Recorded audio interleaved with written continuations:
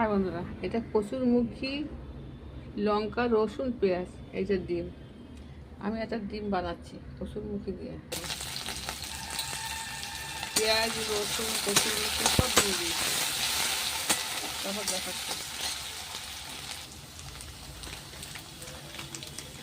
ধনের গুঁড়ো দিয়ে দিলাম,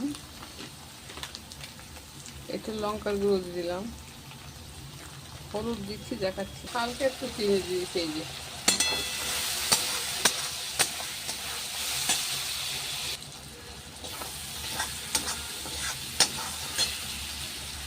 জল দিয়ে দিলাম। এরকম কচুর হয়ে যাচ্ছে। এবার ডিমটাকে দিয়ে দেবো। এবারে আমি এই ডিমটাকে এই ঝোলে দিয়ে দিচ্ছি।